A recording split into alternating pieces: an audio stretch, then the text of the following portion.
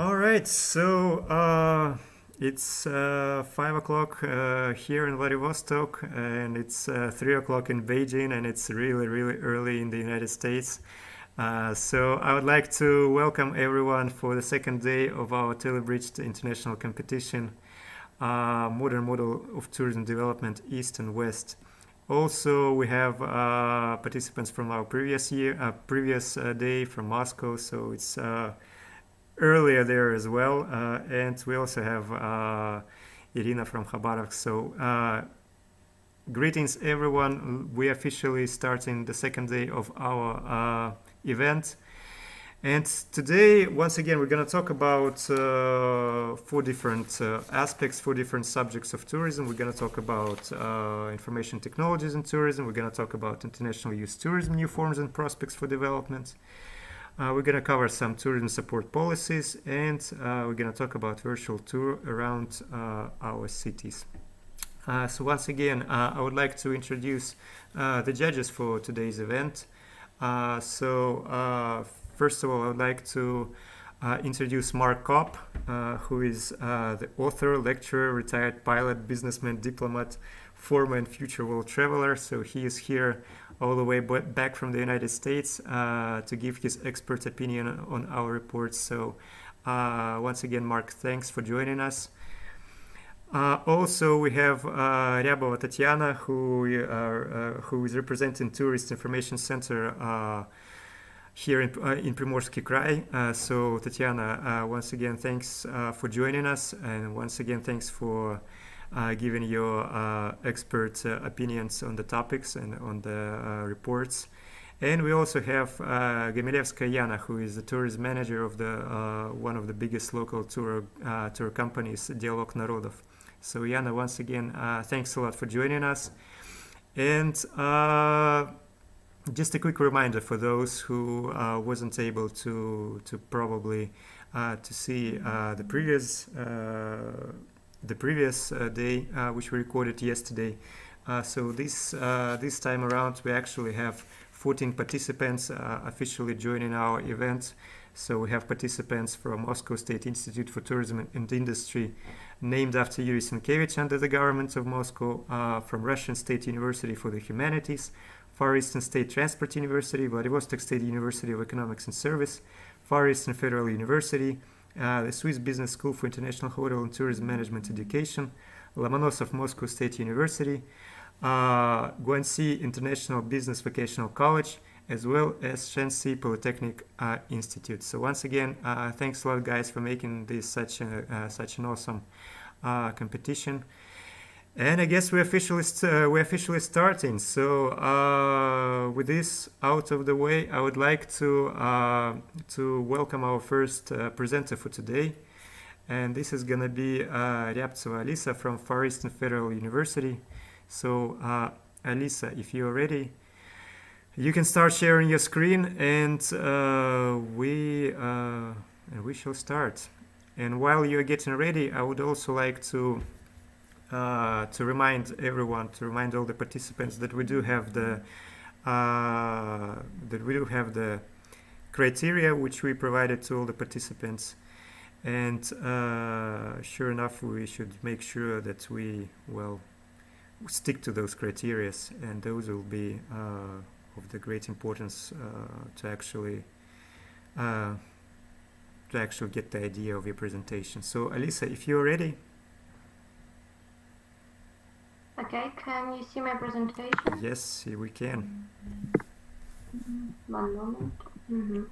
So the theme of my work is the analysis of hotels and restaurants' feedback from the Korean tourists in Vladivostok. In the recent years, we have seen the dynamic increase in the tourist flow from Korea to Vladivostok. At the end of 2018, the residents of this country were accounted for 28% of the total inbound tourist flow to the region, and 32% of those who indicated the purpose of the visit as tourism. And in 2017, about 100,000 of South Korean tourists visited Primorsky Krai, which is almost 2 times more than in 2016. So the main factors of such rapid growth The introduction of visa-free regime in 2018, cheap prices due to weakening of ruble, as well as educational, entertainment, and gastronomic factors. According to Booking.com, Vladivostok was recognized as a gastronomic capital in 2017. This has a positive effect on the influx of Koreans with their proclaimed cult of food. At first, Koreans tried to test Russian cuisine, pancakes, borscht, and so on, as well as seafood, for which Vladivostok is famous for: scallops, oysters, shrimps, and crabs. In the market, tourists are massively buying chocolate, tea, sweets, and Russian vodka. The proximity of South Korea has always had a strong influence on the culture of food and hospitality in Vladivostok. Now, in Vladivostok are more than 50 restaurants offering Korean cuisine. In the conditions of the increase of tourist influx, the businessmen make a lot of efforts to attract foreigners. For example, many restaurants offer the guests a menu in three languages: Russian, English, and Korean.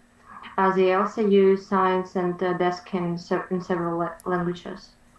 In order to attract tourists, restaurants are increasing the usage of social networks, as well as making agreements with travel agencies in order to provide various discounts and benefits for guides and drivers.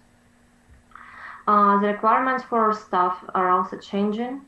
More and more employees are demanding the knowledge of the fundamentals of Korean and the Chinese language.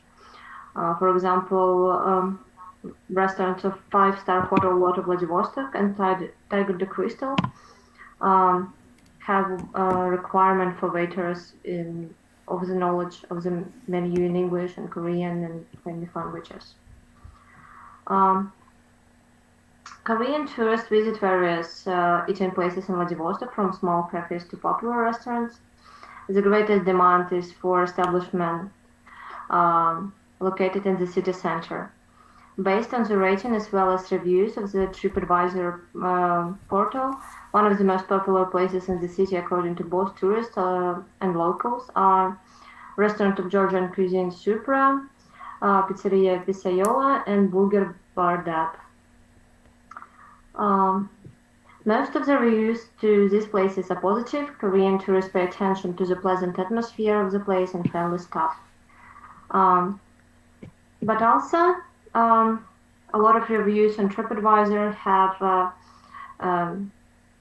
bad reviews. For example, Korean tourists paid attention to the lack of Wi-Fi and long waiting for food, as well as poor service. In many restaurants, there are also no call buttons, which causes difficulties for tourists. Also, many tourists paid attention to the fact that the staff often do not speak English, which causes difficulties in understanding.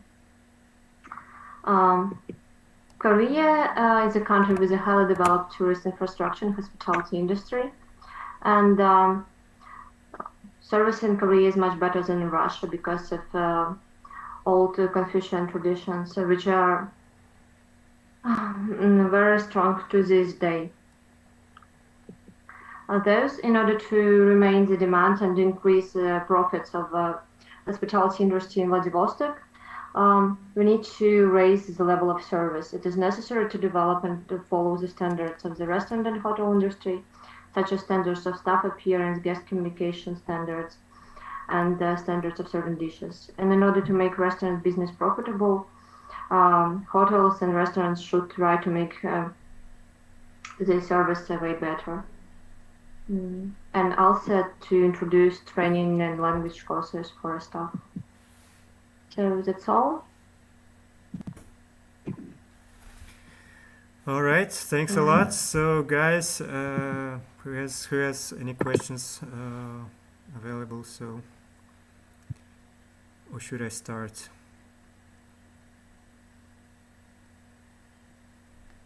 Yes, thank you for your presentation, but can I ask you, we can see that the amount of Korean tourists are rising in last years, but what kind of tourists are they? I mean, men or women, how old are they, and something like that?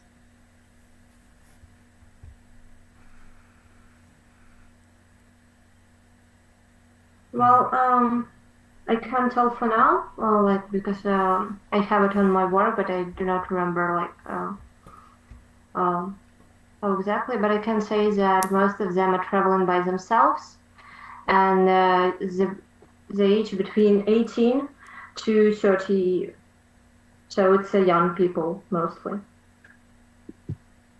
Okay, thank you for your answer.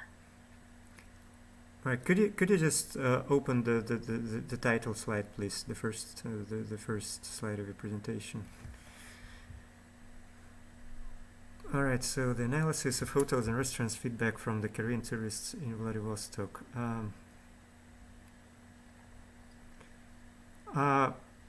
Could you just very briefly just summarize why did you decide to focus on Korean tourists first of all?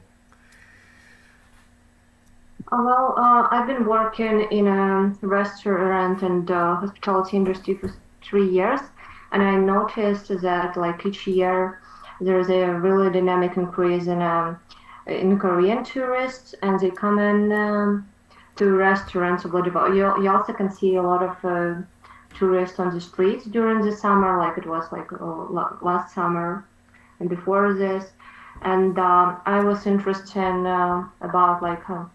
Why they coming, and the next question was like, do they like the service and hospitality industry in Vladivostok, like how they evaluate this level of service in Vladivostok in Russia, what they like and what could be improved. All right. All right. So, do you guys have any other questions? Probably, I don't know. How about you try to just based on top of your research, what would be maybe some of the measures, some of the things that restaurants and hotels would need to consider in the, well, not in the nearest future, but well, once the situation gets stabilized, what would be some of the points of the main focus in this regard, maybe for the future, when we talk about Vladivostok and Korean tourists?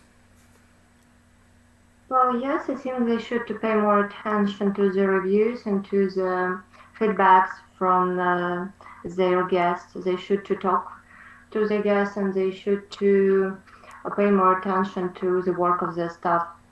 And I think they also should to well, provide more opportunities to leave feedbacks, like on their website. They use to use social networks and so on. They should to work.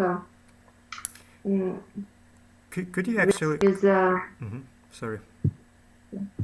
With the promotion of like Instagram pages in different languages. Could you just, I don't know, it could have been in your presentation, I could have missed it, but could you just very briefly summarize how Korean friendly are actually Vladivostok hotels and restaurants? For example, are there lots of, well, translations into Korean? Just very briefly, just in 1 or 2 sentences. Whereas there is a lot of restaurants and hotels who's using menu in different languages, and I can show the pictures of some of the advertisements in different languages, for example. All right. Well, guys, I guess if there are no further questions, then again, I guess we can proceed to the next presentation. So, Alisa, once again, thanks for your presentation. And I would like to welcome our next participant, this time from Far Eastern State Transport University. So, Irina, with her presentation, Caravaning as a New Form of Youth Tourism. So, Irina, if you're ready, you can start sharing your screen. Yes, I'm ready. Oh, so Alisa, first of all, you need to, I guess, to disable your screen sharing. Yes. Can I share my presentation? All right, so we cannot see it just yet. Could you? All right. Can you see my presentation? Yes, it is on the screen.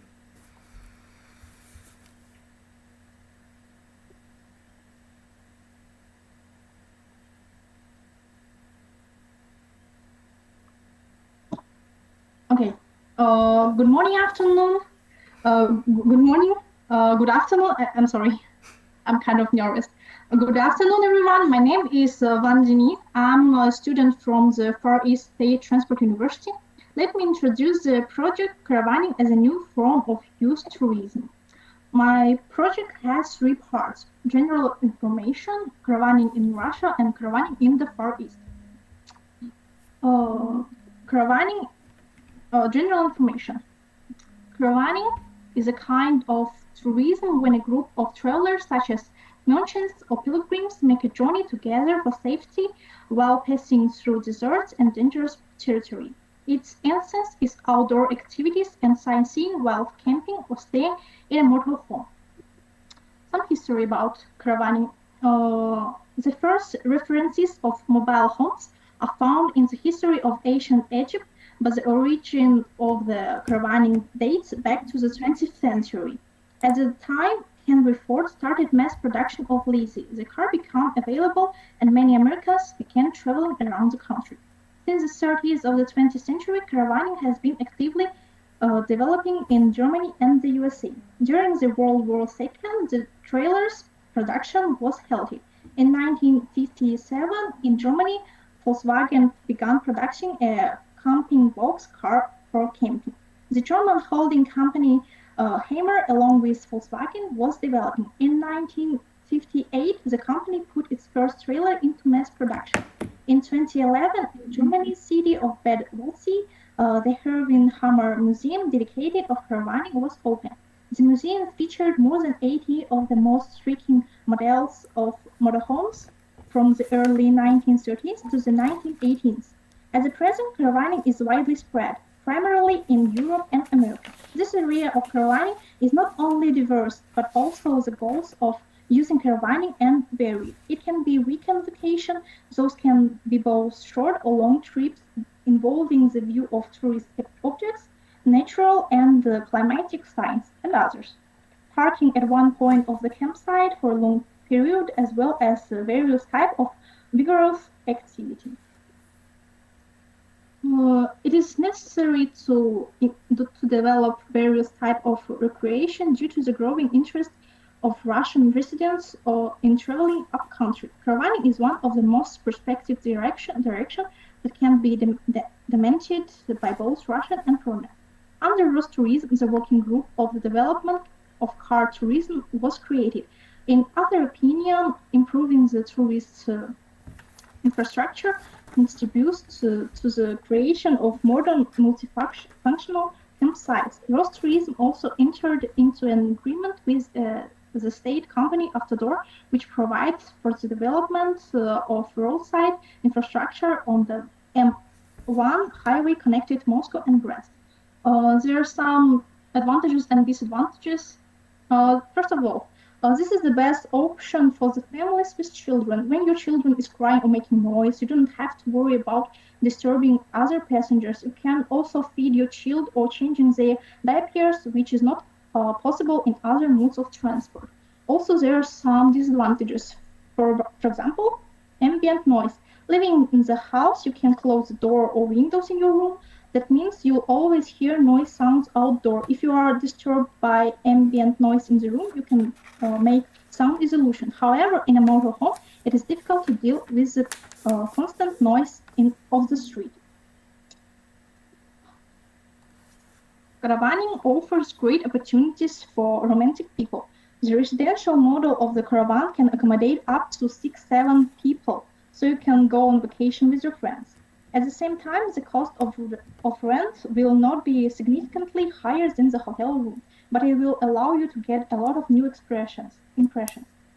In addition, you don't have to spend money on train tickets. The road itself will already turn into pleasure and become an important part of an exciting journey. Heavy spend on gas. In any case, you use gas much less as there is no heating system in your motorhome. However, the amount of gas you will spend on your camper can definitely affect on your budget. Caravaning is a good choice for ecotourism. A rental motorhome is suitable for those who choose not the most popular tourist routes and want to be closer to nature. It will allow you to park in the forest or on the bank of the river and go fishing. Besides, in any case, you will not have to manage a high level of comfort. Tiny bathroom is another problem that you will face with. Bathrooms and toilets inside the caravan are usually very small. They are not very convenient because of limited space. If your trailer does not have a bathroom, you will have to regularly use communal bath or commercial showers, which will be inconvenient. Freedom. Caravaning gives you freedom of travel in any direction. At time you want, you can stop the camper trailer in order to have a rest in comfortable conditions. You can make a parking the equipped camping simply at the seaside or near the highway and admire the magnificent sight. Car service operation. Since you are constantly on the move, it is extremely important to keep the mobile home in a technically sound condition. It is necessary to take care of refueling, enjoying oil and chattel service. And the main advantages of caravaning is intensification of the development of domestic and inbound tourism, including weekend tourism. In addition, this is a quite safe way to travel. Trailer rental implies a relatively low speed.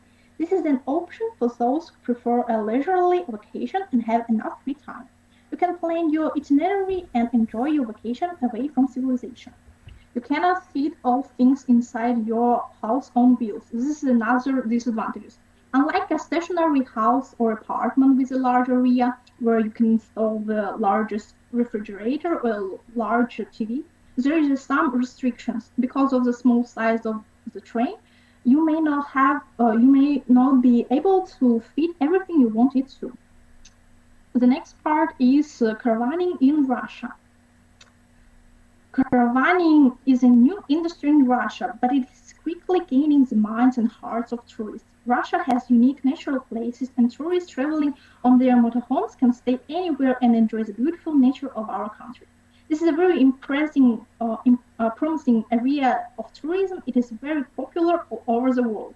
Today, it is very important for Russia since the development of domestic tourism is becoming a strategic direction for the tourism development in the Russian Federation.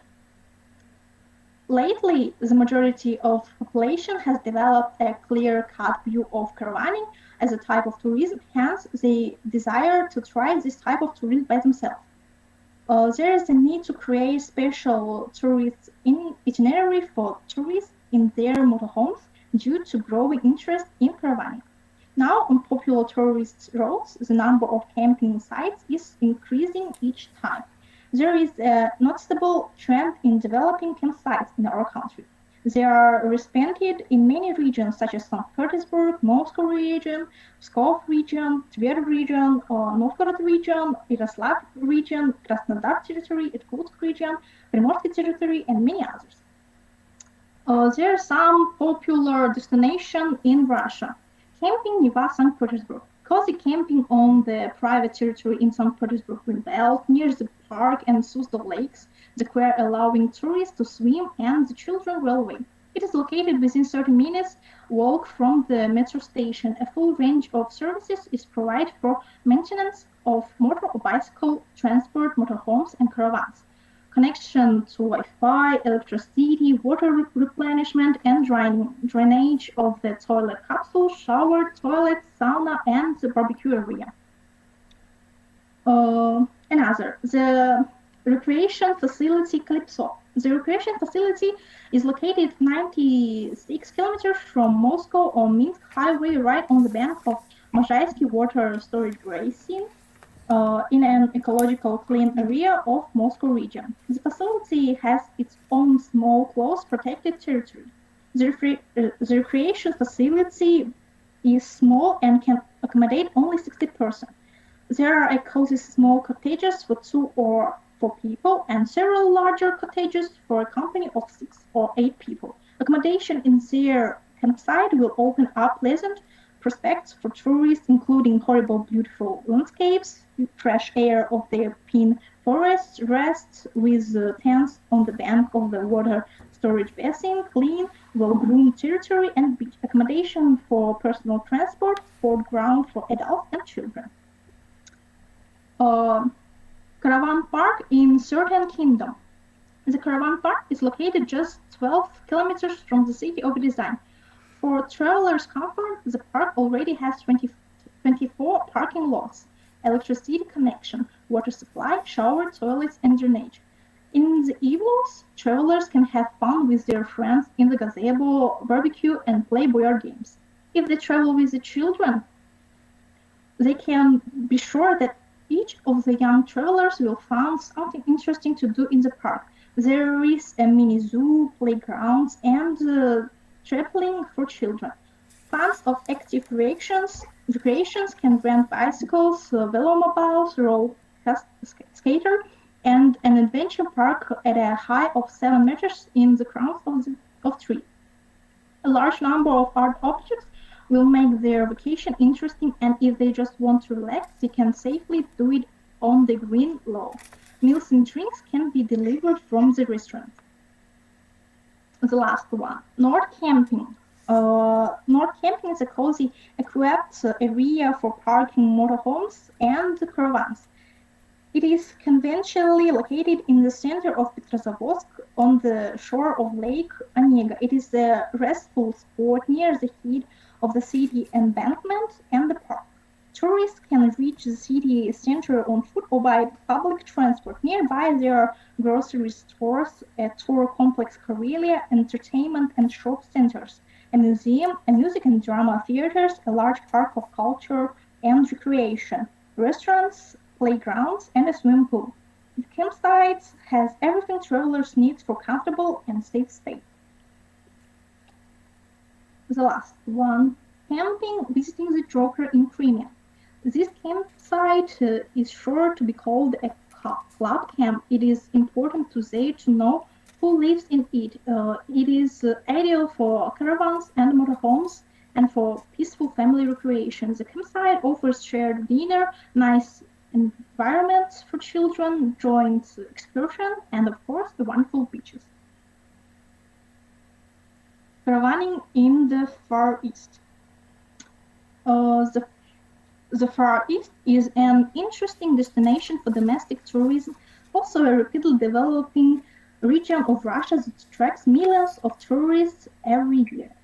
Unfortunately, in the Far East, caravaning is not as developed as in the western part of Russia. Correctly, only Primorsky territory is available to host tourists traveling on motorhomes. This is the recreation facility Veselka, located at the renamed Primorsky Krai, the urban type settlement of the Dunai, Veselkin Bay. Veselka Bay is a camping place for active recreation where tourists can make the trekking routes along the coast and hills, picking up mushrooms, go kayaking, and ride mountain bikes and go on excursion to such islands as Askold and Putyatina. The recreation facility provides everything that caravanners need. Infrastructure development would open up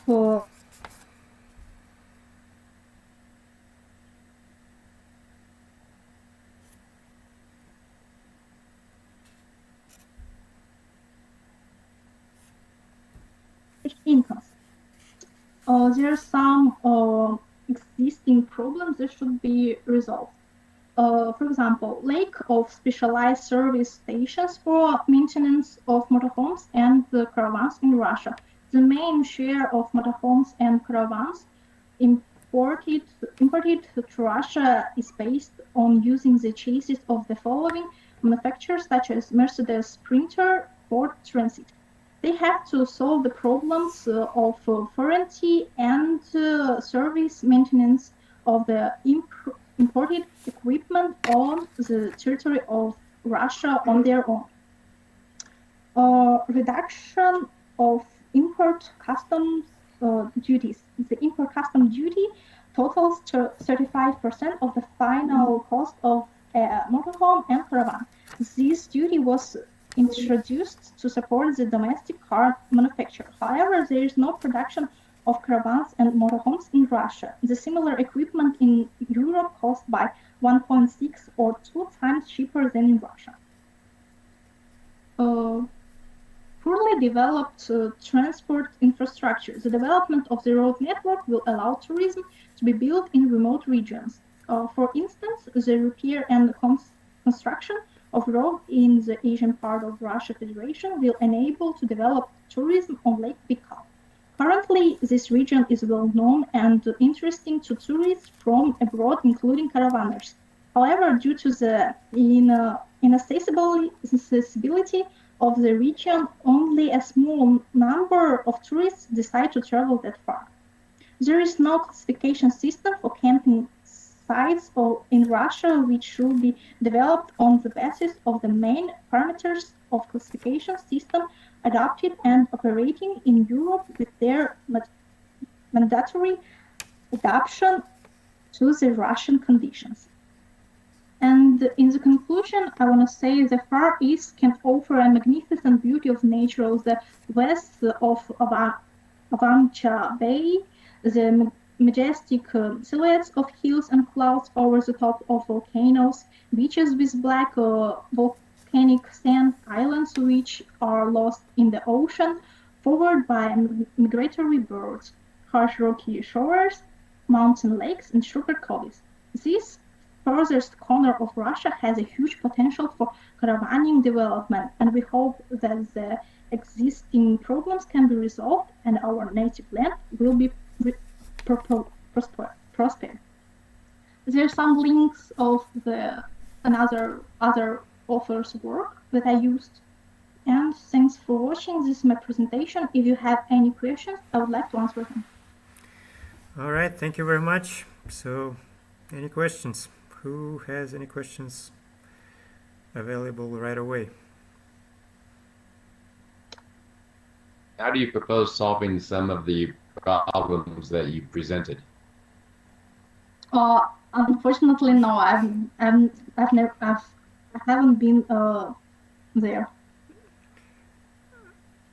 Do you think there is any way to solve the problems which you've mentioned to actually develop this caravaning as the new form of youth tourism?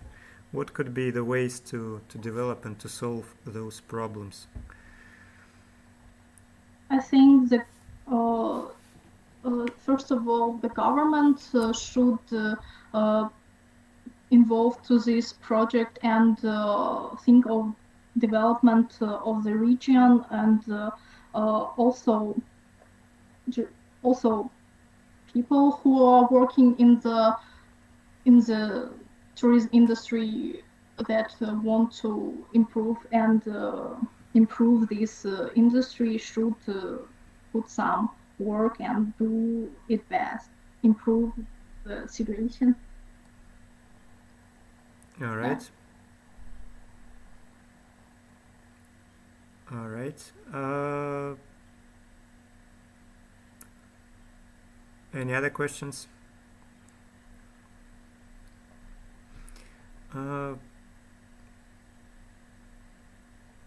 What do you think? Maybe what would be? So you did cover some general information. What would be probably the classic, the best example of actually a country or a city or I don't know, any company developing the caravaning as a form of tourism? What should we have as an example of successful development of caravaning as a form of tourism? Any specific country, any specific city, any specific company? Do you think? In my opinion, the USA is the best example is the best example of caravaning industry, and we should to do as them. All right. And improve our infrastructure to develop this kind of tourism. All right. And do you think it is actually there is a demand for caravaning as a form of tourism? Do you think it's gonna No, be I it's gonna think be popular? it will take lots of years to develop first of all, infrastructure, road network, infrastructure, and just time by time and improve it. All right. All right. Any other question, guys? Why are you emphasizing just youth tourism? Why not retired tourism?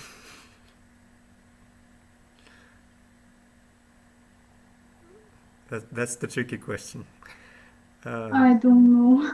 Well, yeah, I guess I can help you out with this and focus on us being an event of the International Youth Tourism Forum. So we should focus on youth tourism in this regard. But this is a good point, nevertheless. So this is one of the forms of tourism which could be popular, which could be in demand for some other target audiences as well. So yeah, this is a good thing to take into consideration. All right. Well, I guess unless there are no other questions readily available, once again, thanks a lot for your presentation, and I would like to welcome our participants from Guangxi International Business Vocational College. So we're gonna have 4 presentations here. So I guess in no particular order, guys. I guess you have some understanding of who should go first. But either way, we will listen to all 4 of your presentations. Are you guys ready? Yes. Okay. All right, we can see your screen. So just make sure to announce yourself. So who's going to be the first one to present? Dear friends from the Pacific region, it's so good to be here today. The topic I'm going to talk about is tomorrow. Let us look happily on the journey. To begin with, I'd like to ask you a question first. If I tell you that you can go traveling while you're making money, do you believe it? As students majoring in tourism, a few days ago, 2 of my classmates and I found an online part-time job in a travel company through the internet, which was to broadcast the live experience for a scenic spot near my home. Within just an hour, we attracted more than 20,000 fans to take a virtual tour to our live broadcast. At the same time, we also finished the tourist survey work for the scenic spot online.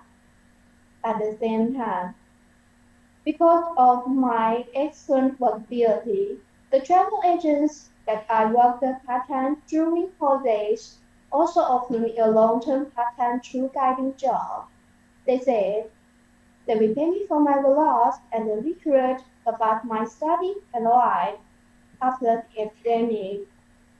And we are displayed there on the company's website. They are willing to buy excellent works. This small experiment actually proved my conjecture. In the years after 5G, the online world of tourism will flourish unprecedented. For example, museums will launch online exhibitions, and scenic spots will definitely open up online tour functions.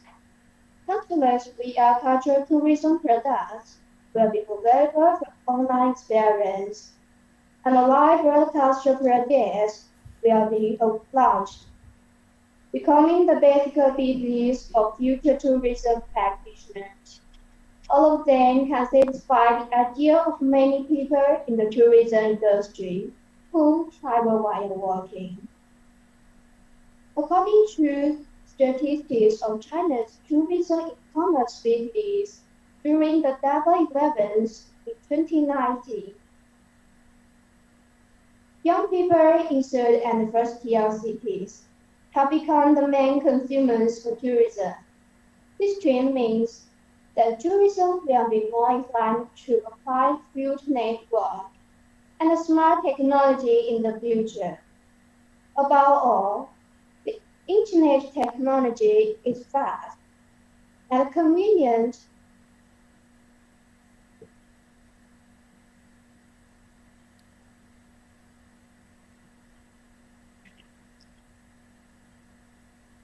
It allows tourists to have a certain understanding before entering them.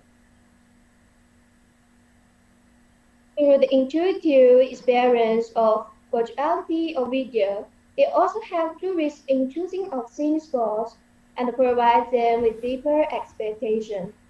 At the same time, we believe that in the future, tourism activities will be more integrated with life and leisure business, allowing some business people to make the desire to travel while working. Now, I'd like to take another example. As the owner of a country inn, I will sell bamboo shoes product online. I would explain the nutritional value of bamboo shoes, how to buy them, answer questions from fans, and broadcast the bamboo shoes dishes during the live broadcast. I also used my painting skill to broadcast the bamboo painting, and also told the audience to draw bamboo. It attracted a lot of fans. And one day, when your business partners among these people want to meet and discuss business with you, they will choose to meet you here and become a sponsor of this kind of life. They may come to my country inn. Use is our hope. The future youth tourism market may look like the following scenarios. Scenario 1. Business people bring writing tasks. Market research tasks or other tasks can be completed online to begin a journey, working while traveling. Scenario 2. There are some people who don't have enough time to travel. They can choose to work during the day and take a journey through the network with friends from afar through live broadcast. VR or AR technology. At night or on the weekend, that experience of traveling across time and space is just like being there in person. Scenario 3. As tourism practitioners, many people have been on the road and doing various online experience jobs. In the future, both net technology and tourism-related technology will be more advanced, and there may be another revolution in travel modes, but no matter what challenges may lie ahead, I'm very confident about the future. Tomorrow, let us work happily on the journey. Okay, that's the end of my presentation. Welcome questions. All right, thank you very much, guys. Who has any questions?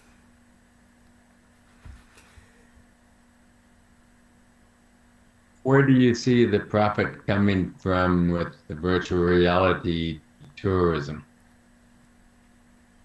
All right, so how will virtual reality help tourism?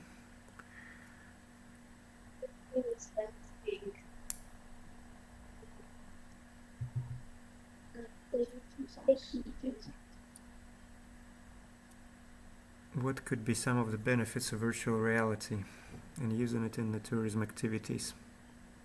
Okay, in my opinion, I will follow these aspects of this to answer this question. First, it is obviously save money to experience the real scenic spots.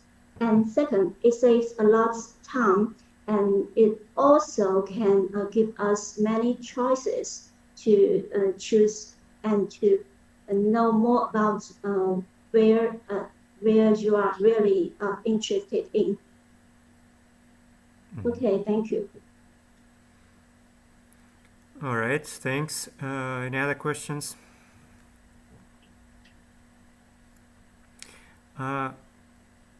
Could you just tell me and tell all of us actually, why, what actually happened? Why actually do we see such a development in terms of using internet technologies in tourism? So why did it become so widespread these days? So what are the factors behind this? Why people these days use these technologies more and more often? Because I think maybe because nowadays people are very busy because they need to spend a lot of time on their work and maybe and take care of their families, but they also they don't want to lose the interesting of travel. So I think that's why the VR travel is more and more popular. All right. Is it popular in your town, in your province?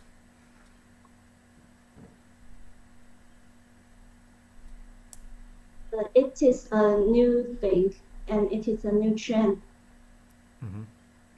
All right. Well, all right, thanks. Any other questions? Well, then I guess once again, thank you for your presentation, and we welcome the next presenter, also from Guangxi International Business Vocational College.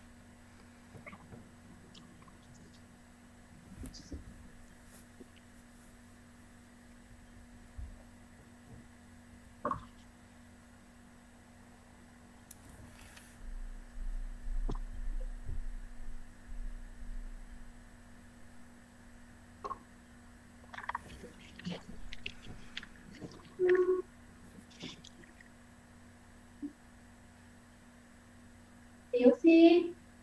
Yes, we can see it. Good afternoon, dear friends. It's really a great honor for me to be here today. I'm very happy to share with you my understanding of information technology in tourism. The topic of my speech is tourism toward 5G era. First off, I want to ask you a question. Do you still think 5G only means very fast network speed? Please raise your hand if your answer is oh yes. Okay, thank you. It is true. Therefore, more us 5G content of more and fast network speed. However, its significance doesn't stop here. In fact, 5G brings us an organizing revolution, and its impact may it be the trend to sell electricity into human brains. China is advocating the use of embracing 5G technology to transform our society and make it life for the people. And it is correctly starting to revolution in the tourism and so on. Smart tourism is no longer a new thing for Chinese residents.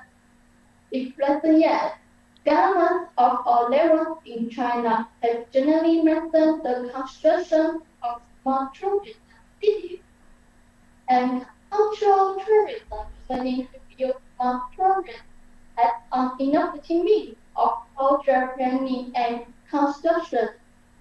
In the past, the so-called Western in cultural tourism culture to the international to producing information in a timely manner. So their tourists can get the information in time. Also, systems work widely used in management, service, and marketing and have made much contribution to travel experience. Today, in the field of tourism, China mainly uses the powerful communication technology of 5G for the purpose of content transfer, data sharing, video delivery, and VR or AR implementation, and so on. The primary tackle 5G technology construction is mainly focused on upgrading the travel experience of amusement equipment, which is especially about in the depth culture. They focus on experience equipment. 5G technology can bring a new remote VR experience and optimize safety and operation of the park. The technical support based on the 5G network provide convenient service in augmented reality, virtual reality, pass-through guide robots, unmanned vehicle guiding the guided tours, and the travel intelligence essential. For example, by applying AR augmented reality technology support by 5G to historical scenic spots, we can travel through time and space on the road for a demonstration for a teaching work. What can see what it used to be dreaming back to the Tang Dynasty in an instant. The detail, agility, and the feeling is reality because in a environment, only 5G transmission parameter can meet the requirements of delivery transmission of imagery and see data. Of course, there's also the amazing AI performance of travel robots caused by 5G. We are happy to see that we are on the way to smart travel, digital travel, and personalized travel. As we all know, China's IT and so on is growing very fast. Even after outbreak the novel coronavirus, China's 5G construction is still advancing rapidly. Today in China, many places have access to 5G signal, including the surrounding air monitoring. Not long ago, due to the impact coronavirus epidemic, we stayed at home to attend online class. The teachers led us to experience VR travel with 5G support by live broadcast via mobile phone or PC. We stayed at home while enjoying magnificent scenery and walk around class.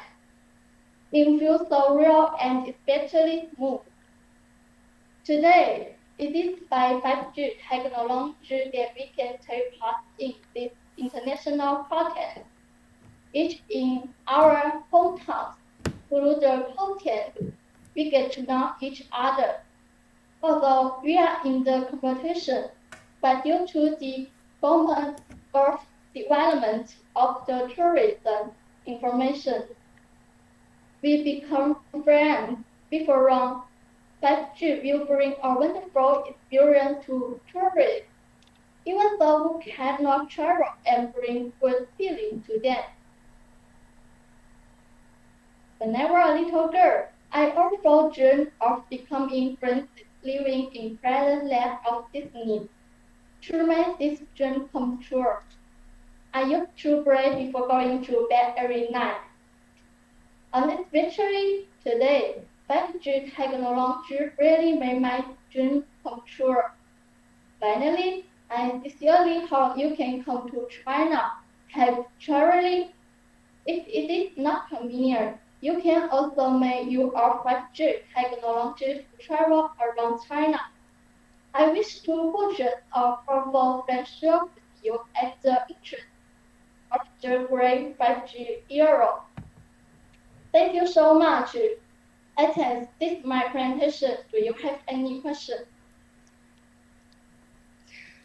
All right, thank you very much.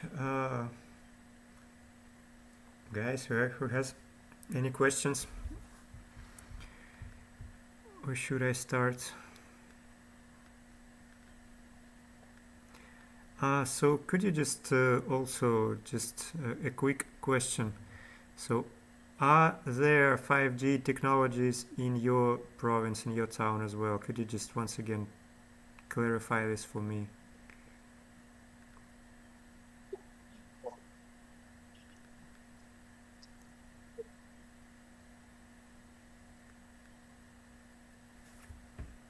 Okay, thank you for your questions. And the building of 5G is a very large project, and it will take up to 10 years. And right now, we are building a 5G project. So let's just wait and embrace the 5G. And I think it will be a promising and bright future. Thank you. All right. I think China is still the leader these days in terms of well, the availability of 5G technologies. So I was curious if it was like really easily accessible, or is there still the room to grow? And could you just once again just summarize, just once again point out what are some of the aspects where 5G could be useful for tourism? Why tourists could enjoy those 5G technologies? From my opinion, the technical support based on the 5G network provides convenient service in augmented reality, virtual reality, park tour guide robots, and so on. And the primary task of 5G technology construction is mainly focused on upgrading the travel experience of amusement equipment, which is especially obvious in the theme parks, such as the Disneyland and something like that. Thank you. All right, any other questions, guys? Just can I ask, what's the main idea of 5G? I mean, for people who don't understand, what is it? So, what is it, 5G? Yeah, could you just describe? I think 5G, yeah, that's quite a good question. I think 5G brings us more faster network compared to the Wi-Fi. It is not limited to the certain zone, and it is a tendency that 5G may replace Wi-Fi in the future. Thank you. Okay, thank you very much for answer. Yes, now I understand. Thank you.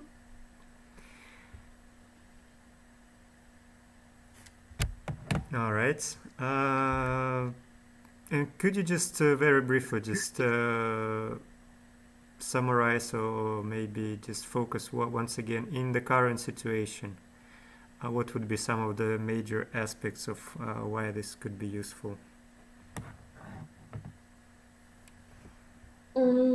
Because due to the impact of the coronavirus, right now,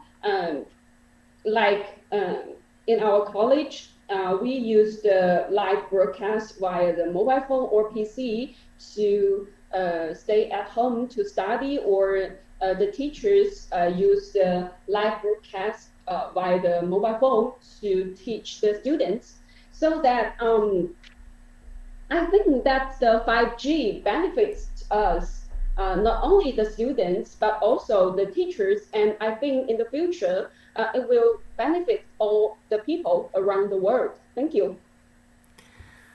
All right, thank you very much. So I guess Thank you. I guess if there are no further questions, we will proceed to our next presentation.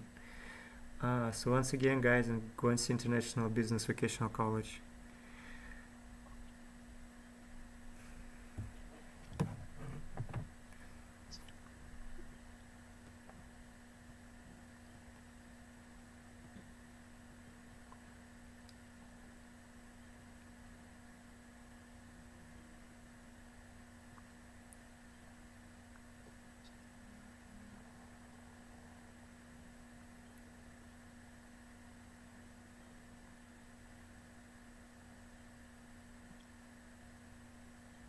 Hello, Hello. dear Cindy. Good afternoon, distinguished judges and guests. I'm honored to be here today to share my thoughts and experience with you. The title of my speech today is Dreaming Back to a Millennium Ago. I'd like to begin with a small survey. Do you like virtual travel or not? I'm sure I will get two answers here. For those who say they don't like it, they may believe that VR contents are limited, not cost-effective, and that it has poor experience, which can only satisfy consumers' curiosity. Especially for those who are extremely in search of authentic experience of journey. The authenticity of VR tourism experience is fast satisfaction. However, my answer to this question is a definite yes. Why?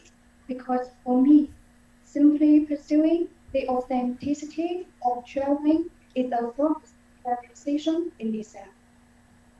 From the perspective of cultural communication, the process of continuation and the display of culture should not only be a simple pursuit of cultural authenticity. It should change and keep pace with the times. For example, you must know that a butterfly is a soft and fragile creature. If you just squeeze it gently, it may die. We all know that some scenic sports have such similar ability. Like Zhenhuang, Melrose scenic sport in China. Even though China is doing its best to protect Zhenhuang Melrose today, you will find that it is still degrading rapidly when we compare the current Melrose photos with those of 20 years ago. Now, with the help of augmented reality technology, we can take the audience back to the ancient world heritage. Through the restoration of the cultural values by AI technology, we can reproduce the beauty of the prosperous age of Huogang grottos. While the real scenic spot does not need to be open to the public, VR tourism can effectively reduce possession pressure on scenic spot from tourists and reduce the damage to the natural environment and cultural value resources. When faced with the word heritage that may leave us at any time, are you still persistently pursuing authenticity? All of us, traveling is a very beautiful thing, but if in a crowded environment, we won't feel the same. Let's take the word the famous Palace Museum as an example. Due to its large number of visitors, sometimes it takes 3 to 4 hours of waiting to enter it. And in most cases, you can only stop for some to appreciate where we have cultural values before being pushed away by the love of art. That being said, do you still think you can get a deep understanding of the palace when you are here? My dad often told me about one of the most well-preserved in the oldest medieval street in Yorktown, i.e. Church Street. Now, the Butler Street is the most famous commercial street in York, and the shops on both sides of the street are exquisite personalized shops with strong artistic atmosphere. Even if we can walk on this street again today, can you still say that the on-site tour must be more authentic than watch one? Let's take another example. Since my childhood, I always dreamed of going back to ancient times and watch the prosperity of the Song Dynasty in China. But with the help of VR and AR technology, I was inside the famous painting of the Song Dynasty in China. Riverside Sea on the Qingming Festival. Dreaming back to China 1,000 years ago, you can feel the fashions and life from ancient times, experience legendary stories, and feel a profound charm of traditional Chinese culture. Today, China uses VR, AR, AI, and other technologies to bring civilization monuments, beautiful mountains and rivers, and cultural heritage to every corner of the world. You can experience the ancient Angela Falls of Venezuela, Russia's world-class beauty of Lake Baikal, Avatar Mountain in Zhangjiajie, and so on. I believe we will take this opportunity to participate to tourism exchanges and cooperation, and join hands to create a better future. Thank you so much for your attention. All right, thank you If very you much. have any Yes, sorry.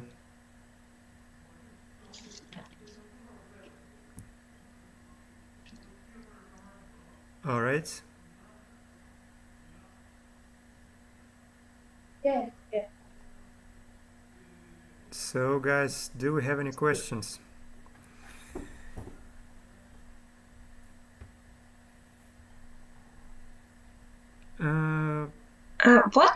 Thank you for your presentation.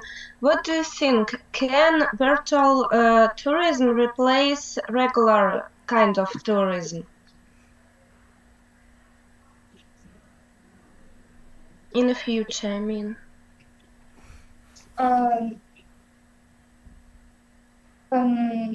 I think reduce the damage to the natural environment and cultural heritage resources. But can you actually just have virtual and don't have any regular tourism altogether? Can we have only virtual tourism in future, or will we still have regular tourism as well? Yes, I mean that one. What is your opinion? Do you think it is possible that we will only have virtual tourism in the future?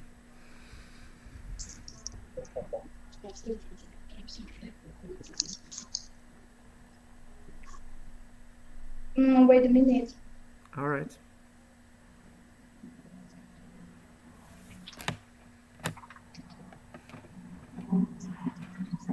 I think both of them exist.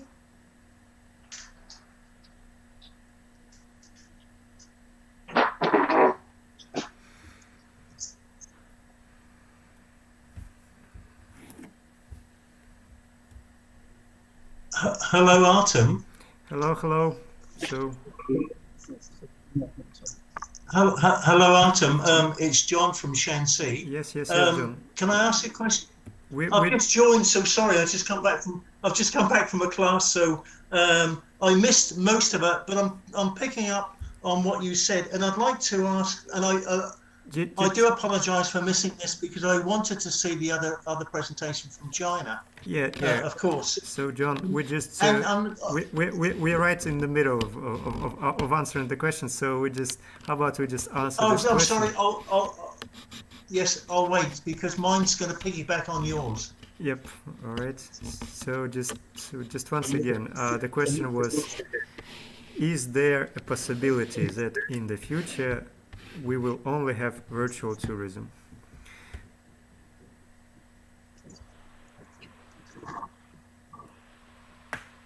I think that both of them will exist in the future. Okay, so let's call it an optimistic way of looking at things. All right, John, do you have a question? Okay, do you have a comment? Yes. Okay. Well, there's going to be one question and probably a comment that will help people. My question is similar to yours. Would people get the same sort of experience from VR tourism as they would for actually having a hands-on, a physical experience from tourism? All right. So that is the question.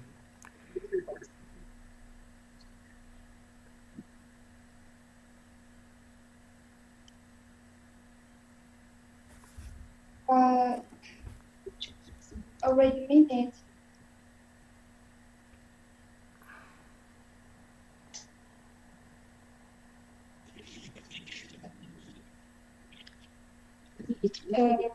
I think it's different.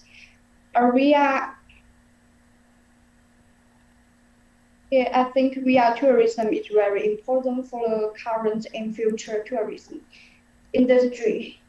Virtual reality can take around it.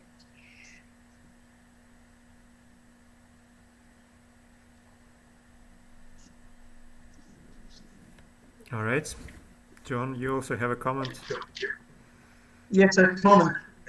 I think really there needs to be two. I think there should be two types of tourism. Because if it's VR, it's going to be relatively cheap or cheaper than actually physical tourism. And I think you'd have to design packages for both sets of tourism. Well, yeah, I guess. And the reason I say that, Artem, is because of the coronavirus. Certainly in the UK, real estate agents couldn't sell houses. They couldn't take people there, but they actually did VR with potential buyers. So the potential buyer could actually see the house, but couldn't actually physically experience the house personally. Yep. Well, I guess we can. Thank you. I guess we can expand on this later on when we're gonna summarize. Well, some of the thoughts, some of the results of today's discussion. Do we have any further questions to the participants, or are we ready to proceed? I have a question. What kind of audience, or where is the audience coming from for the virtual tourism? Would it be more domestic, or would it be locations around the world for it somehow integrated?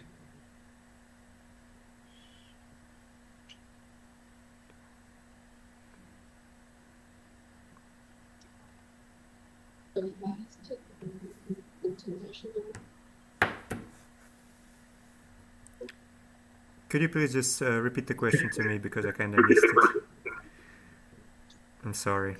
The question is, the virtual tourism, would it be just operated from a domestic point, or would it be points located throughout the world so that they would be integrated what is the audience? Where is the audience coming from that will use the virtual tourism?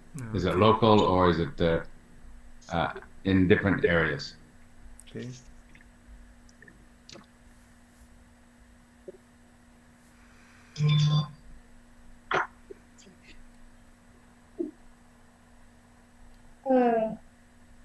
I think both domestic and international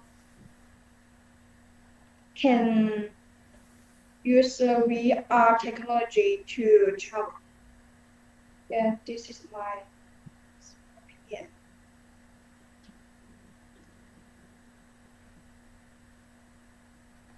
So, if I understand correctly, you mean that since we can use those international, since it's reliable on internet connection, the target audience could be very well, like it could be abroad as well. So it doesn't restrict you to local audience. Is this what you meant? Did I understand somewhat correctly?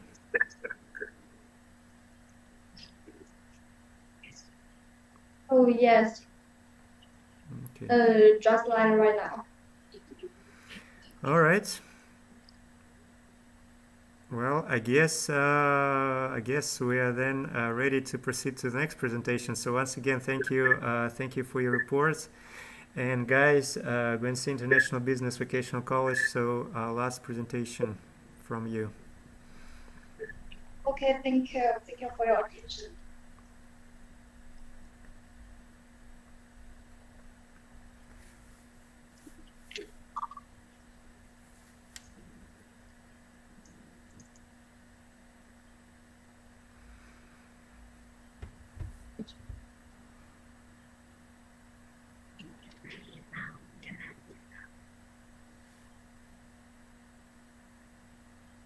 Can I begin now? All right. See, yep. Good afternoon, distinguished experts, teachers, and students. I'm happy to have this opportunity to talk about tourism support policy on such an international arena. Is there a boring topic? No, I don't think so. From the perspective of my hometown, it's a lively and interesting topic. My hometown is located in the north of Longqi-Zhuang Autonomous Region, on the north shore of Beibu Gulf. Its famous coastal light shore and the resort city shining with the lights of the pearls. It was just a fishing village 20 years ago, but with a long history. It was the starting point of the Asian China Maritime Silk Road, an important port connecting southern China and the rest of the world, of course.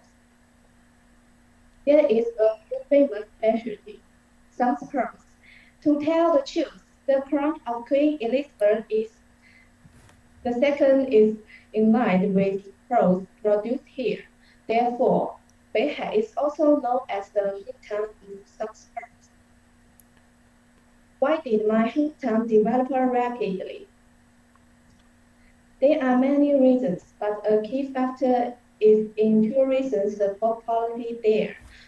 Relying on the Belt and the Road initiative proposed by China and the various other tourism support policy, Beihai has vigorously supported the tourism industry, achieving outstanding results.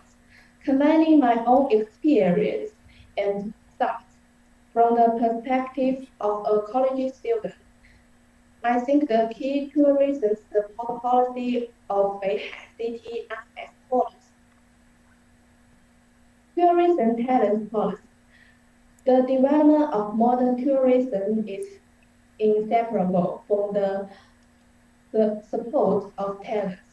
From the beginning, the government first gives high salary policies to high-end talents who came to work in Beihai and give separable preparation policies on recruitment and employment for students from related tourism colleges. For example, in my college, there are many students coming from Beihai who return home and contribute to tourism industry. After graduation, one of my school sisters, named Lan Ting, founded her own tourism marketing company with the support of rapid information and entrepreneurship policies during school. She is currently engaged in new media marketing in tourism industry in Beihai. The preferential e-commerce driven policy with the vigorous development of tourism e-commerce, Beihai's tourism e-commerce support policy not only involves online marketing and sales, but also depends the cultivation of air passenger transportation routes. Besides, the government makes promotional marketing of tourism products. The Mayor of Beihai promotes Beihai tourism through live broadcasts and recommended local specialty products in person. From the pole, intellectual property protection, and technological innovation. Incentive policies include trademark registration award, standard commitment award, town-honored brand creation awards, patent awards, geographical indication awards, corporate product grant award, Beihai Craftsman and Service Model Awards, and so on. With policy support, my hometown has a large number of tourist products and commodities, such as the natural palace, bronze pearls, necklaces, and cosmetics, which have once again shown its brilliance and got buying both from home and abroad. Vigorous support for the development of healthy elderly care and ecological tourism. This is also a case of policy support that I will focus on next. As we all know, the residential population is very important for the development of tourist cities.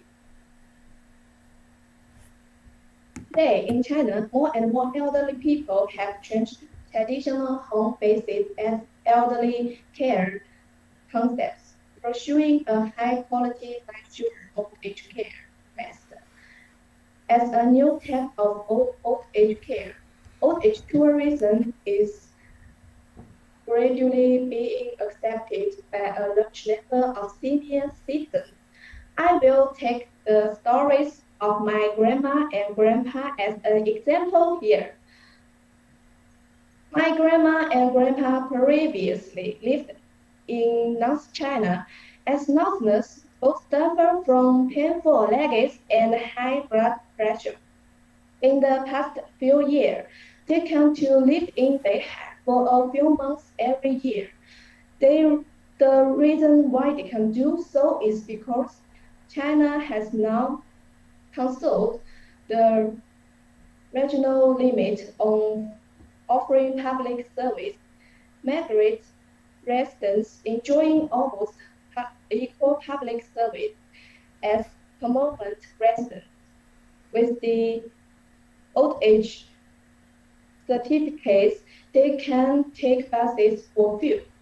Beihai, like many tourist attractions in many places in China, has reduced ticket prices for senior citizens over the age of 60, which provides convenient travel and living conditions for the elderly people.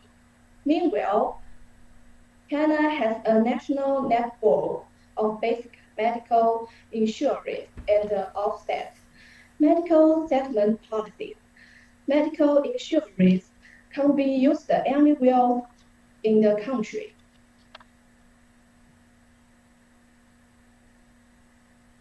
As China actively cultivates and develops old age tourism, it has both old age tourism models and brands such as migratory birds, their old age, and longevity, old age. From what I have just said so far, I think you should agree with me. Tourism support policy are not a boring topic. Considering it seriously, you will find it in fact very vivid, real, and interesting. With more policy support, my warm, beautiful, romantic, and rich hometown will always shine. I look forward to meeting you in Beihai, China in the near future and based in the light of the sun's earth. At the end of my report, welcome to ask a question. Thank you. All right, thank you very much. Any question, guys? Who's ready for some questions? I have one question, Artem, if possible. Well, two. One's just an observation. I didn't realise the Queen had pearls from southern China. I never realised that, so I'll have to do some investigations because it was quite an interesting point. And the second thing was really on the last topic was old age tourism. Now that seems a very, very good idea, but is it only for Chinese people, or are you looking at foreigners as well? Okay, thank you for your question. So I would like to answer my answer focused on the second question, and this policy about the old age tourists, that is not only for the Chinese, but it also for the foreigners, and welcome all of the world foreigners come to China. Thank you.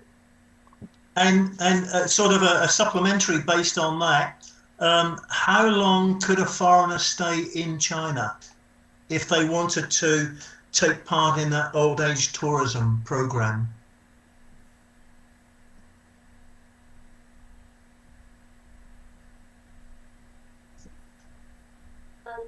There are lots of foreigners live in China, and they need to apply for the visa one time a year.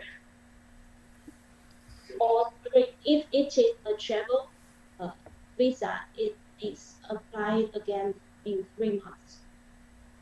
That's right, because a tourist visa is only for 3 months, whereas I have an annual visa for 1 year. Okay, all right, thank you. Okay, thank you. All right. Could I just ask your personal opinion? So you've pointed out a couple of measures, well, not a couple, but several measures to support tourism. From your own perspective, from your point of view, what is the most important, the most crucial? What is the measure that is needed the most at this point, at this time, from the ones you mentioned earlier?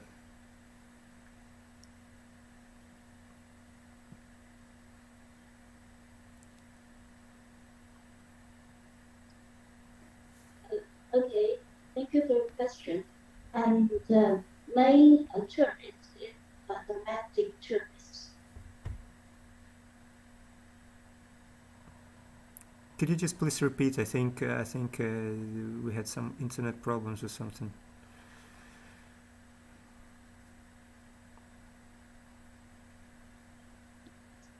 Sorry, can you repeat repeat your question? Okay, so during your presentation, you pointed out that there are several measures which are implemented to support tourism.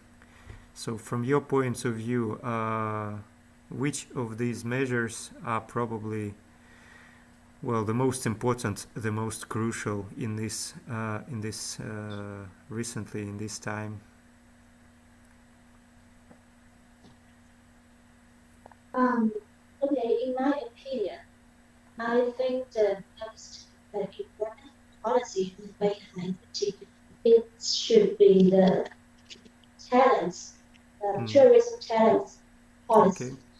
Because the development of the city, it cannot leave the talents, and they also need to attract talents to help to build this city. Thank you. Could I just ask a supplementary question? And I guess I will leave it open for all of our participants in from China, actually. But are there actually a lot of universities which provide possibilities to study tourism? So if you want to work in tourism, is there any special lots of opportunities for you to study tourism, or is it maybe considered as part of maybe economics in a global sense, or is there this particular specialty as tourism? Can you major in tourism if you study in China? I can pick that up, Artem, from SXPI. Mm-hmm. And sort of colleges and universities in Shanxi. It's a specialist major, so they would come in and they would study tourism, but also we're starting to have a major tourism, sort of English in tourism, so they specialize in the English language, but tourism as well, but it is a specialized major. All right. Well, any other question, guys? If not, well, I guess thanks again for your presentation, and we will actually proceed to the final report for today. And I would like to give an opportunity to speak to Tkachenko Ekaterina, who will cover some relevant directions to support tourism in modern conditions. So, Ekaterina, once we are done sharing the screen.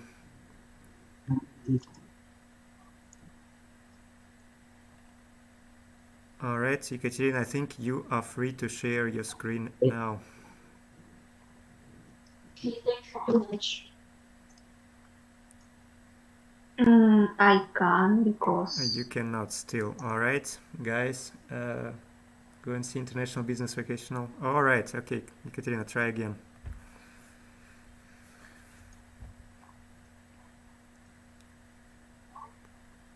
All right. Can you see my presentation? All right.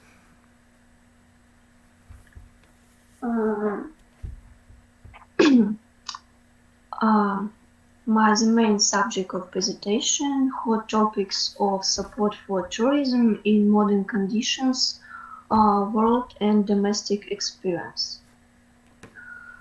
The tourism business is highly dependent on external factors. The crisis that the industry is currently expressing as a result of COVID-19 is perhaps even stronger than the events of September 11 in 2001 and the global financial crisis of 2008 combined.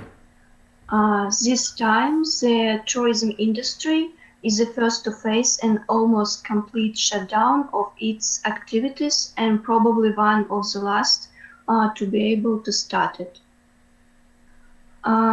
In 2019, the tourism sector created 10% of global GDP, which provided 330 million jobs, or 10% of total employment. The tourism sector accounted for 6% of total world exports and 27% of total world service exports. But nowadays, according to the World Tourism Organization, the industry could lose about $450 billion. The relevance of the problem under the consideration and its particular significance determines the choice of the research topic.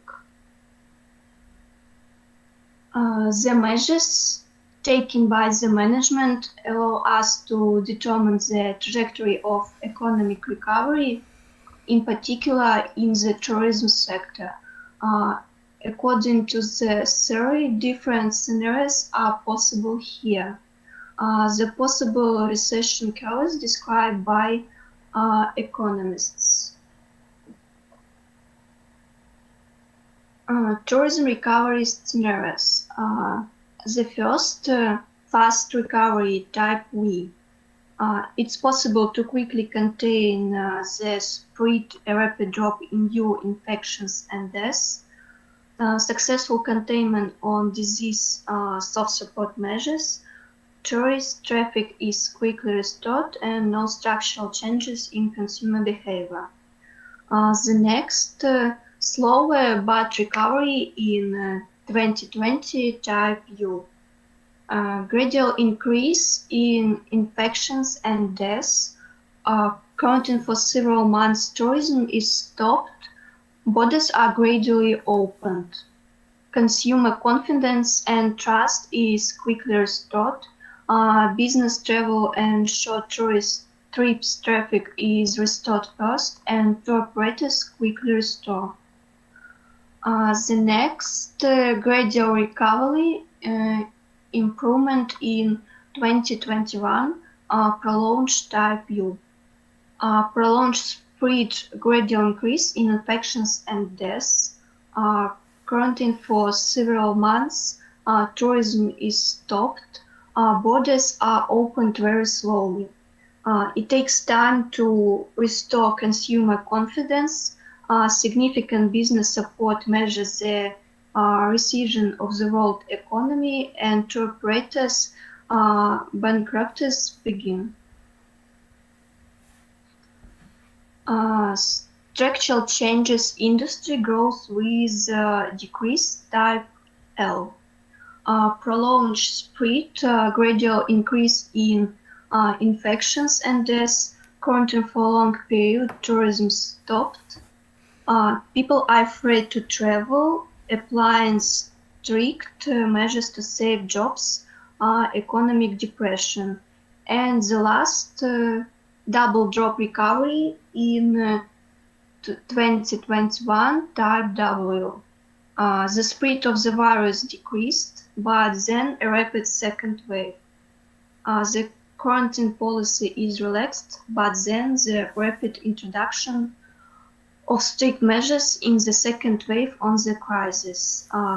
Confidence return only to get hit it again.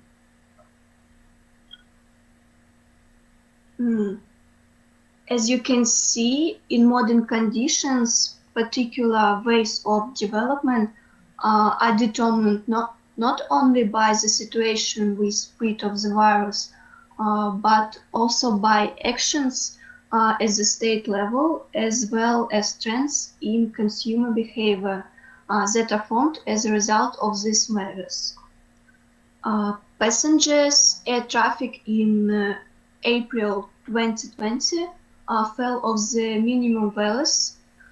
Instead of the standard 780,000 flights per week, 280,000 took place.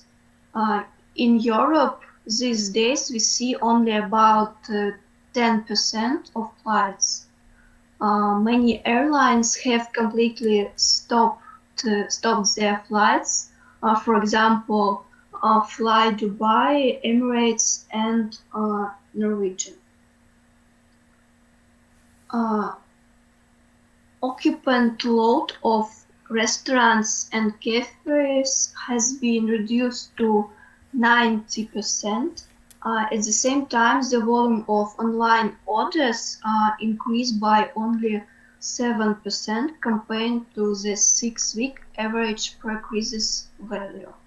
As a result, it's only possible to preserve jobs and the tourism industry through the state support.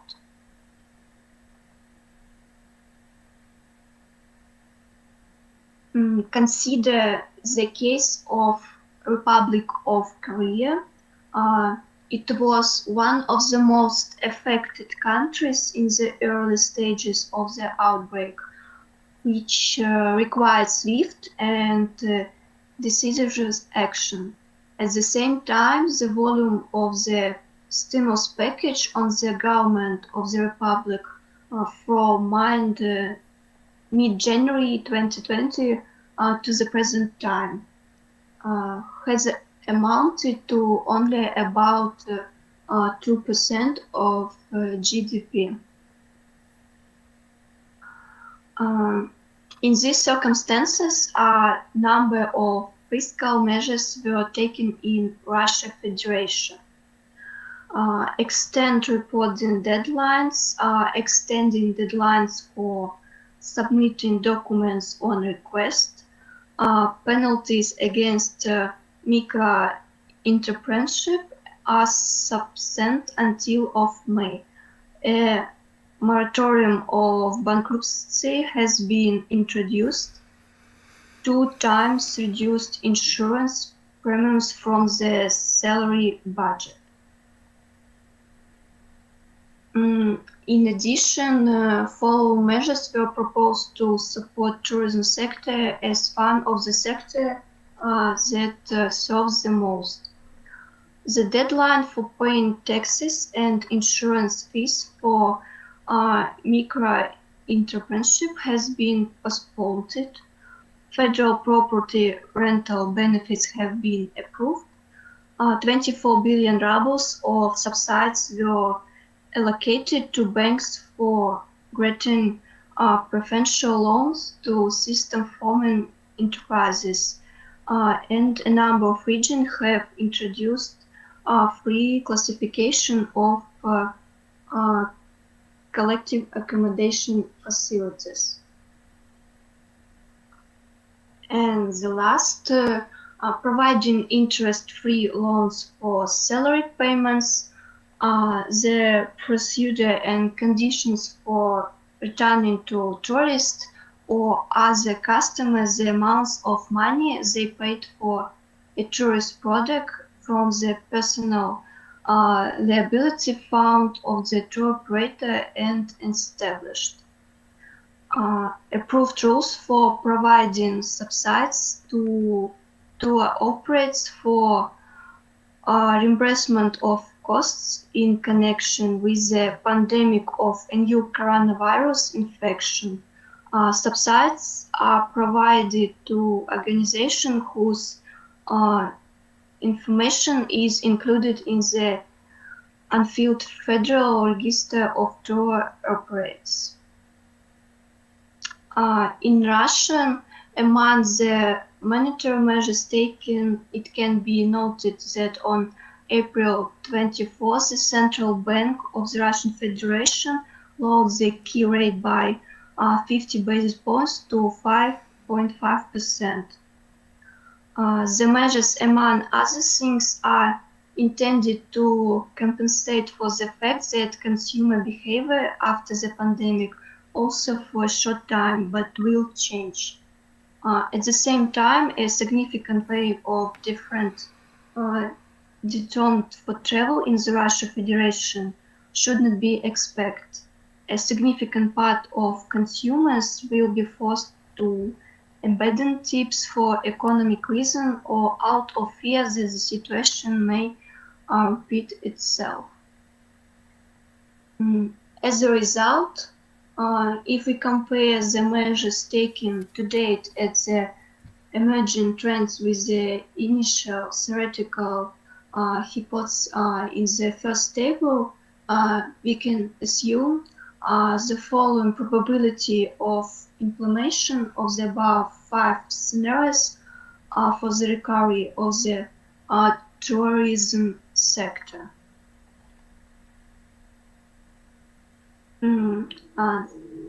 There are links, and thank you for your attention. Do you have any questions? All right, thank you very much. Sure, we do have questions. Who wants to start?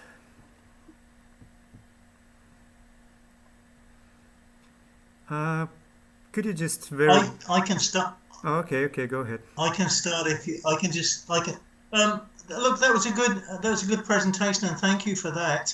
When do you see things becoming better and improving? Because at the moment there are still restrictions, although many countries are trying to lift the lockdown procedures and measures that were implemented. But with regards to tourism and travel using airlines, it is still very problematic, because from China, for example, there is only one flight back to Australia once a week. So things are not looking too good at the moment. How do you see things improving?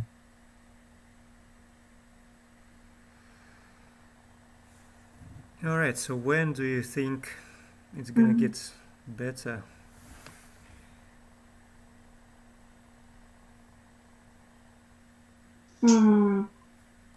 I think it will be better because nowadays there are some different measures that provides safe travel. For example, in now you can fly in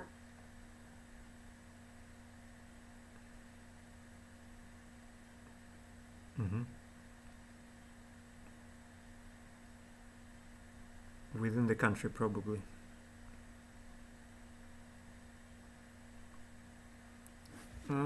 I think we have some connection problems, do we?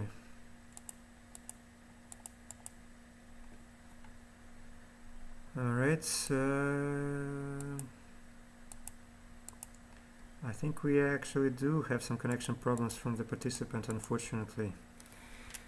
So we shall see if she's able to reconnect somewhat swiftly, somewhat quickly, to answer the question.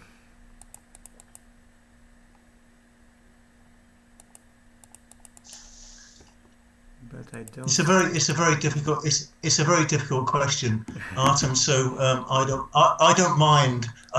And I'll tell you the reason why is because since the 1st of February, I've been keeping a log, and I'm now on page 46 of my log with regards to coronavirus data around the world. So I know what it's like, and I have been personally affected because I was going to fly out on the 31st of July. And the flight was just cancelled because of coronavirus. So, it is problematic at the moment because of the spread across the world. Yeah, I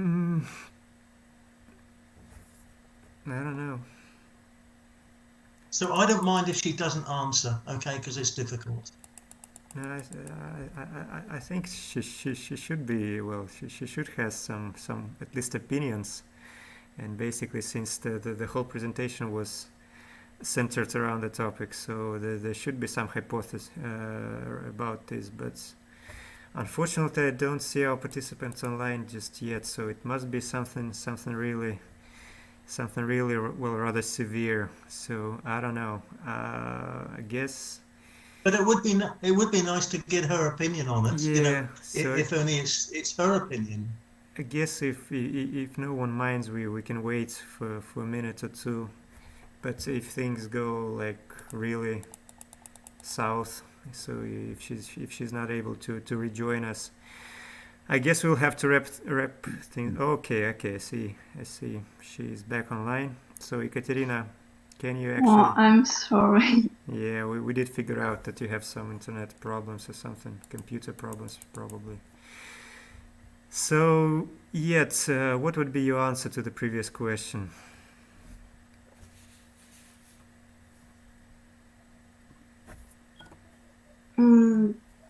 I think it will be more safe.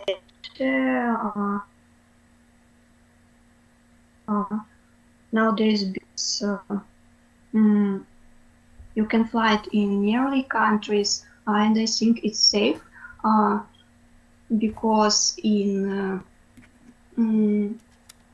the air there is no virus, and for now we should recover our economy situation after the coronavirus because there are a lot of poor people in different countries, for example in USA too, but I think the Asian country will be the most safety because they have a big economy, and it will be benefits for their recovery. All right. I was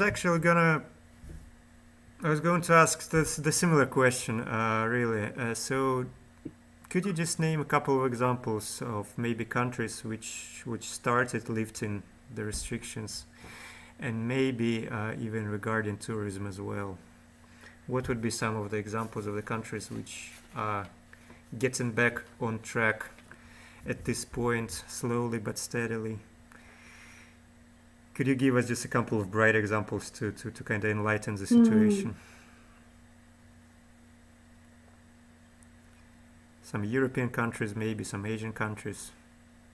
The Republic of Korea, and I know that Australia is the most leader in the situation.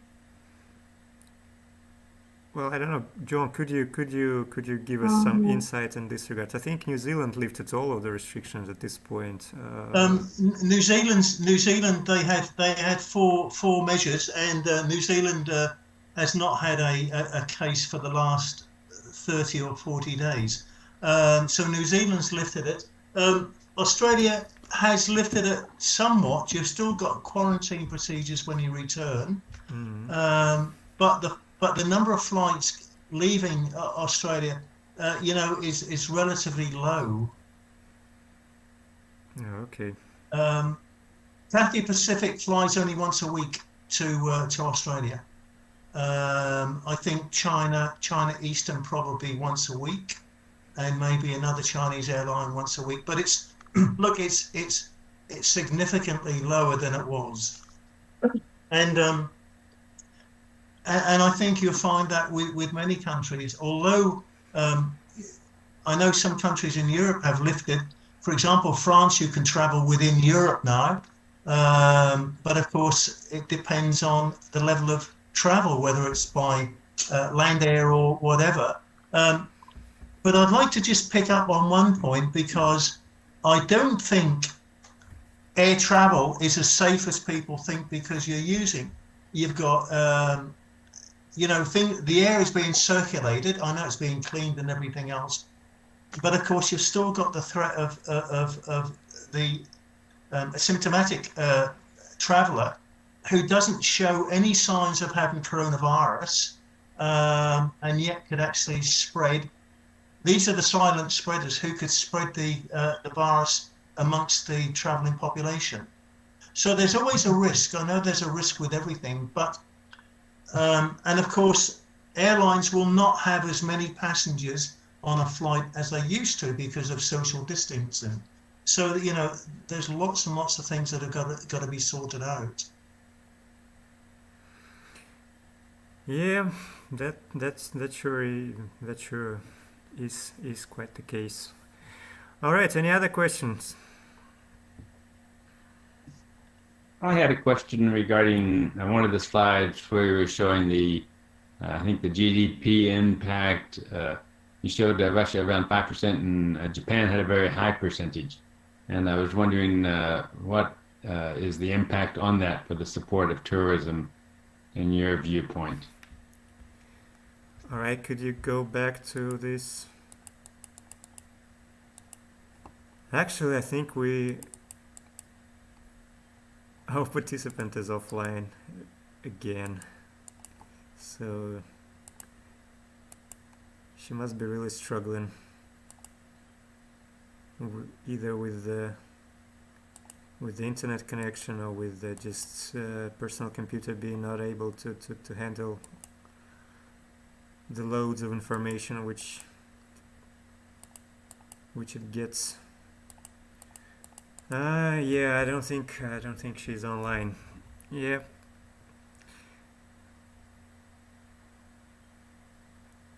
Well, I don't know. I guess we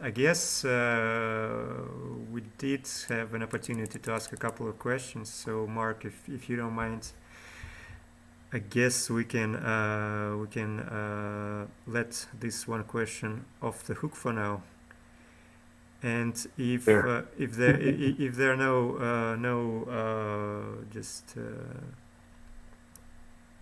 urge to ask any other question to Ekaterina, then I think we are ready. We are ready to actually to discuss the results of our event. So basically to discuss the results for both of our days of competition. So I suggest that we do the following. So we take a small break here in this conference room. So everybody's just gonna mute their microphone so we can disable video camera, whatever. And we will get back to this app, to this web conference room in just well, I hope it's gonna be not more than 10 minutes. So let's set 10 minutes as a time limit. Meanwhile, judges will use a different platform to discuss the results and to come up with the opinion, to come up with the final results. And hopefully in 10 minutes we will be able to actually announce the results. Or if not, if the discussion gets too heated, then we will just ask to give us a couple more minutes. So I guess we will see you in 10 minutes. If anyone has any complaints, then feel free to share them. Otherwise, we'll see you around. So don't hang out. Just stay tuned. Just turn off your microphone, turn off your video camera, and get ready for the news, for the announcement.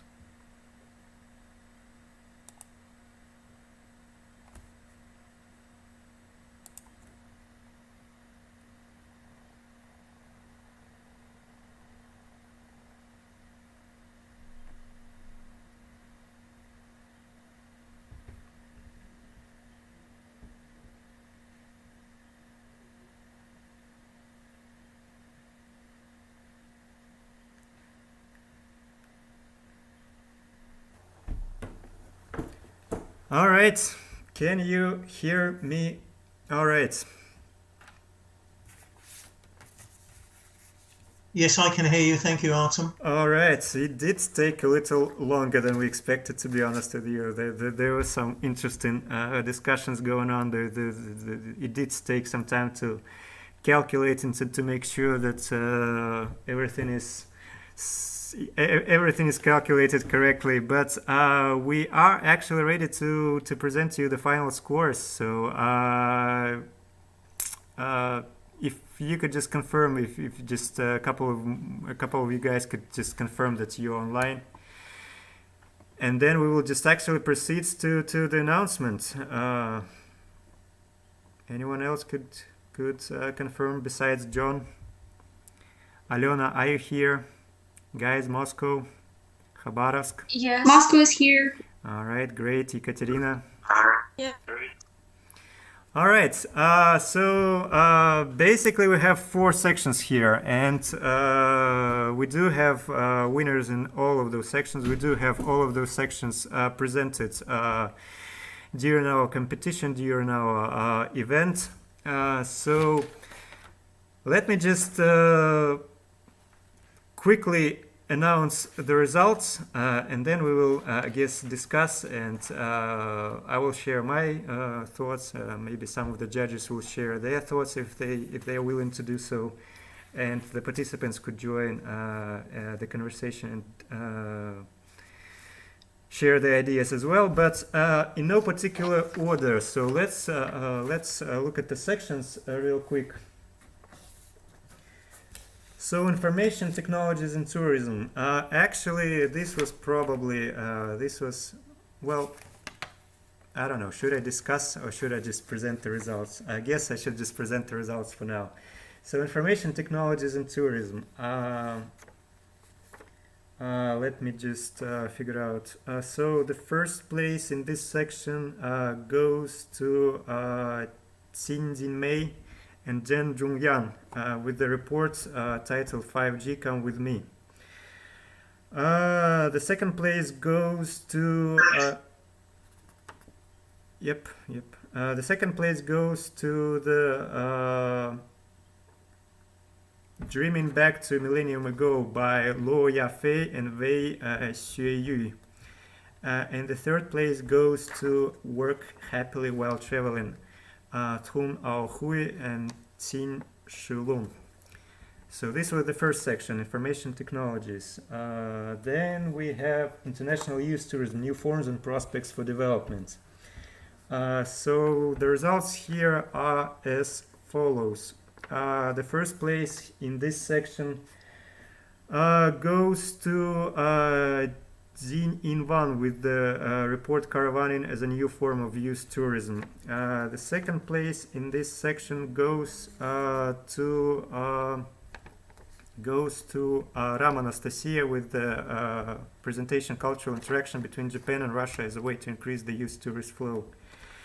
And the third place here is actually divided, so it's split between 2 participants. The first one is Wang Shuhan, International Youth Tourism, New Forms and Opportunities for Development. And the second participant who ends up on the third place in this section is, let me figure it out, is Liu Yandin with the report Lun Sen County. Then we have the section which is called Tourism Support Policies, and in this section the results are as follows. The first place goes to Tkachenko Ekaterina. The second place goes to Liao Huajiao Mo Yin with the presentation Light of the South Pearls. And the third place goes to Ryabtseva Alisa. And the final section, not in terms of the importance, but in terms of just the pure order, virtual tour around my city. The results here are as follows.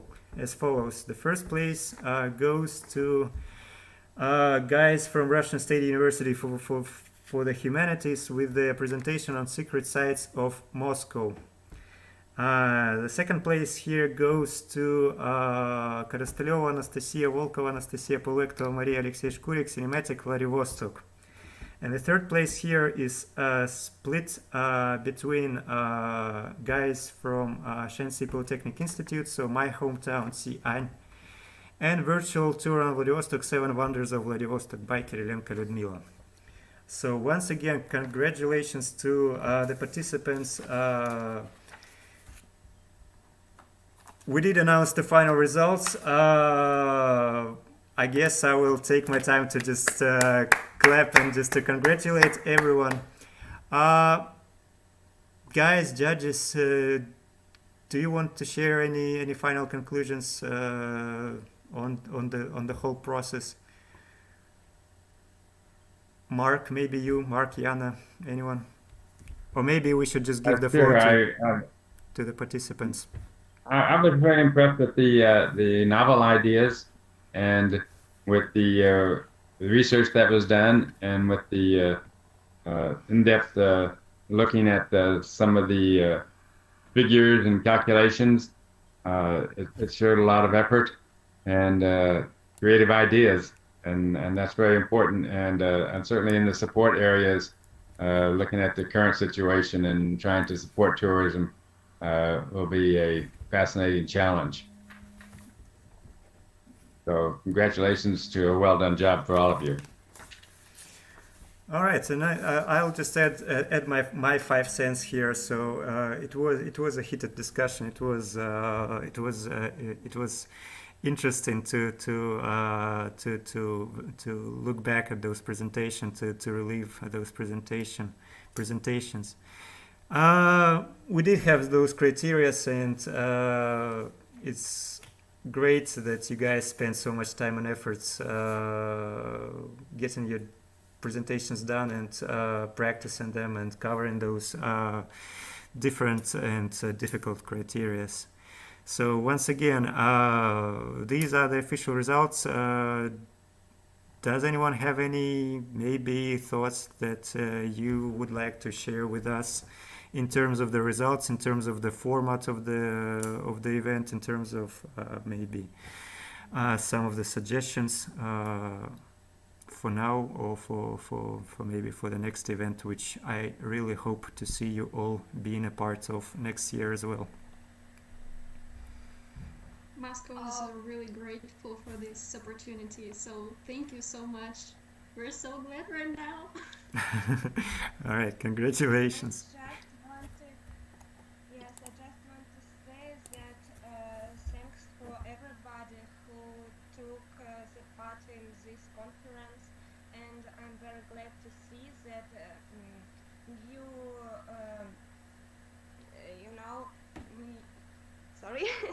a new generation is growing up, and I think that you will take the part in all our tourism, and because of you our tourism will better than now. All right. Can I say a few words? Thank you very much for organizing such a wonderful event. It was very interesting and informative to hear other people's opinions and other projects, and also it was a good experience for us, and thanks you again very much. All right, thank you. Well, yeah, John. I'd just like to say something, Artem, because really this is the last time I'm actually going to take part in this, as I will leave Shanxi at the end of July. But this is the third time that my students have sort of participated in this competition. Look, I think it's very good. It's grown, and sort of the categories and the quality of the presentations has improved year by year, and I hope that SXPI can continue with this with our students. And even though I'm going to just spend 6 months in Australia and then go to the UK to do some work, I will still keep in contact with SXPI and offer my 5 cents to try and help them to have some good entries. Well, John, then just from our side, first of all, I'm pretty sure it's not 5 cents. It's closer to a quarter, at least, a nickel or a dime. I don't know. But just once again, thanks a lot for being a part of this. And as you mentioned, it's the third time you're a part of this as well. So hope you had as much fun as we did. So I hope it's going to be useful. It's a big learning exercise for everyone, and I think it's very, very good. Yeah, and what I'd like to do, what I'd like to do just before I go, I've got about 40 days before I leave. just like to put some thoughts on an email to you, just to sort of caption some of the things that I've been thinking about. Just some ideas which might lead to some interesting discussions and maybe for the next year's competition. All right, great. And just actually, just what I was trying to well, what I was thinking of. So it's sure enough, it's not only some new experience and maybe some food for thoughts for students. So it sure enough is just as much of a new experience and as much of a food for thoughts for organizers, for teachers, and for universities and for judges, I guess, at some point, to some extent. So yeah, hopefully, as I already mentioned, we will see you and your friends next year. And it was somewhat strange, I guess, this year. I mean, it is a Telebridged conference, but we're still somewhat, I don't know. We still sit in some rooms with people around us, and it's still somewhat strange to just stare at the screen for the most part. But it was a nice experience, and we're grateful that it did end up being like this. So once again. Also, just to clarify the details. So as you probably already noticed, the main event for the Pacific Tourist Forum, which is the first digital tourist forum this year. So the events for this main event, let's put it this way, have officially started a couple of days ago, but today is like the first full day for them. And once the event is over, we will print out the diplomas, we print out the certificates of participation, and we will make sure to deliver those as fast as possible. So just make sure to stay in touch, make sure to provide all the required information in terms of mailing,